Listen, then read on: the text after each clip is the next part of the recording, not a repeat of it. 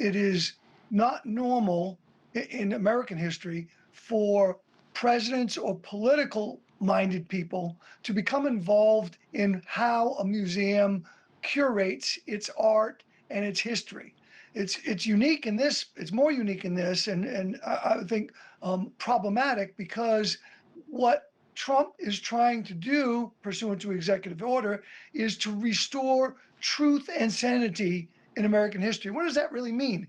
It means to purify the history, to reflect something that's not true, that's something that is ideological as opposed to historical. And we do have one, I don't want to say recent, but one historical similar action and that was in 1937 when Hitler took over all the museums in Germany, and he professed or ordered that all what he called degenerate art be removed. And so this is not a good trend for America, and it's something that is really unique in only in authoritarian regimes. So it is extremely unusual. You know, Paul, people bristle, Trump supporters bristle when we use those kind of analogies, but it's out there, it's there. And to put it in some context, Trump was impeached twice, and he made the Smithsonian take that out about a month ago. So why is the White House asking for this review of the Smithsonian museums now? And the fact that critics say it just smacks of whitewashing and convenient history. Yeah, well, that's a great question. And the reality is, I believe the subterfuge is that we need to do this in order to get ready for America's 250th anniversary. And I believe that's a little bit of a subterfuge, because in reality, if you read Project 2025, they speak directly, the Heritage Foundation speaks directly about taking control of American museums and American history. Now, history is history. You can't change it. And it's funny funny and disturbing that Trump's executive order and this letter that he sent to the Smithsonians talk about a new or a better historical interpretation of America. And that's really code words for making it politically accurate and for an ideological view.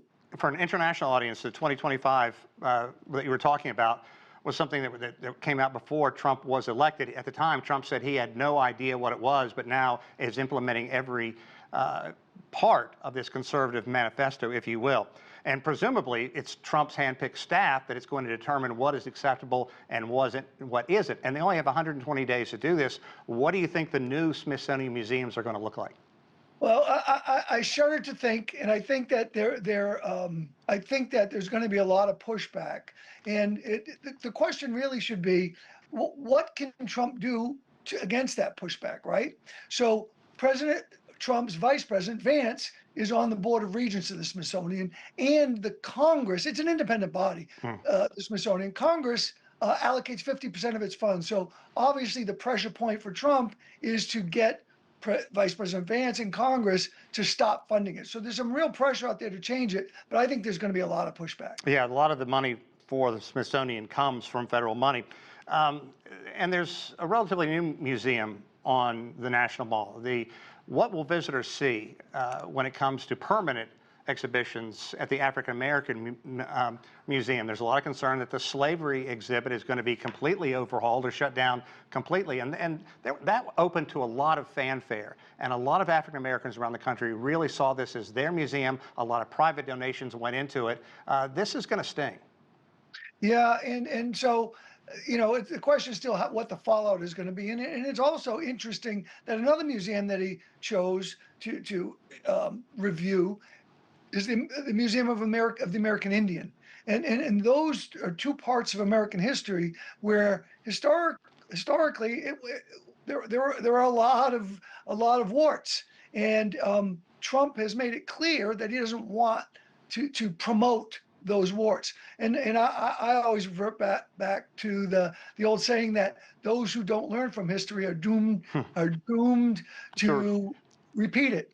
Absolutely. You know, and it's also interesting because part of the 250th anniversary of the United States, Donald Trump has a big wrestling cage match set up on the White House lawn. So let's make sure the international audience knows that as well. So let's talk about the people who visit the museums and the artists who contribute and the other works that are in there. What are people going to notice, and what degree do you think the artists are going to push back and say, whoa, wait just a minute?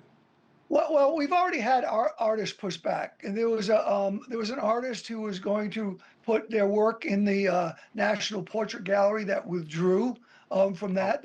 They had told her they didn't want her to put a Statue of Liberty that she had created that was a transgender Statue of Liberty, and they pushed back on that. So she said, "I'm not going to put art in there." So the problem with all of this is, you don't know who's going to resist and what the impact, because people walk into museums, they don't know what they're missing. They don't know what's not there. So that's how you can shape history and shape thought. And that's exactly what the Nazis did when they took out degenerate art. People didn't walk in the museum and say, well, the degenerate art is missing.